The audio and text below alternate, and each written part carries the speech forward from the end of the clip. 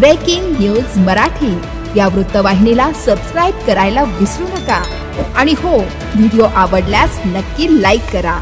मुख्य संपादक वसंत पानसरे।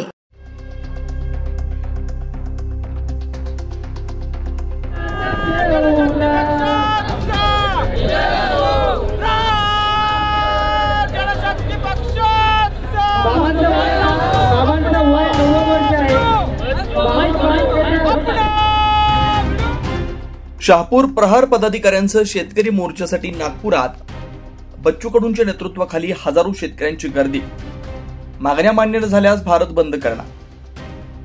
नागपूर शहरात प्रहार जनशक्ती पक्षाच्या वतीने मोठा शेतकरी मोर्चा काढण्यात आला।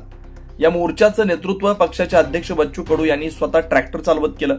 शेतकऱ्यांच्या हक्कासाठी काढलेल्या या मोर्चात महादेव जानकर, रविकांत तुपकर यांसारखे प्रमुख नेते सहभागी झाले होते।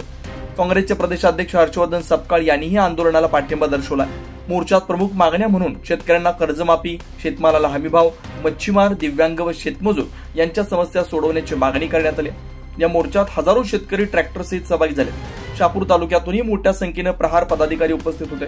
यात प्रहार जनशक्ती पक्ष तालुका अध्यक्ष वसंत पानसरे, सल्लागार रामचंद्र मडके, सल्लागार वामन केदार, सचिव विनायक बोंद्रे, युवा संघटक मयूर किरपन, नितीन कुडव, प्रवीण अंदाडे यांचा समावेश होता।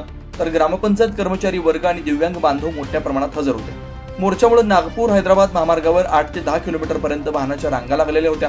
संध्याकाळपर्यंत मागण्या मान्य झाल्या नाही तर मुख्यमंत्री निवासस्थान रामगिरी बंगल्यावर जाण्याचा इशारा बच्चू कडू यांनी भाषणादरम्यान दिला। मस्त जेवण करो, बाजूनच रेल्वे, पूरा भारत बंद, पूर्ण भारत बंद करू, बाजून रेल्वे आहे। आम्हाला ते करायची वेळ आणू देऊ नका। आम्ही रूळच ठेवणार नाही रेल्वेवर। हार उकळून फेकू आता। आम्ही ठरून चुकलाय। डोक्यावर कफन बांधून आलो आम्ही। तुम्ही शेतीत मारलं आम्हाला, आंदोलनातही मारलं तर आम्ही भाग हटणार नाही। Breaking news Marathi, Mayur Kirpan, Nagpur.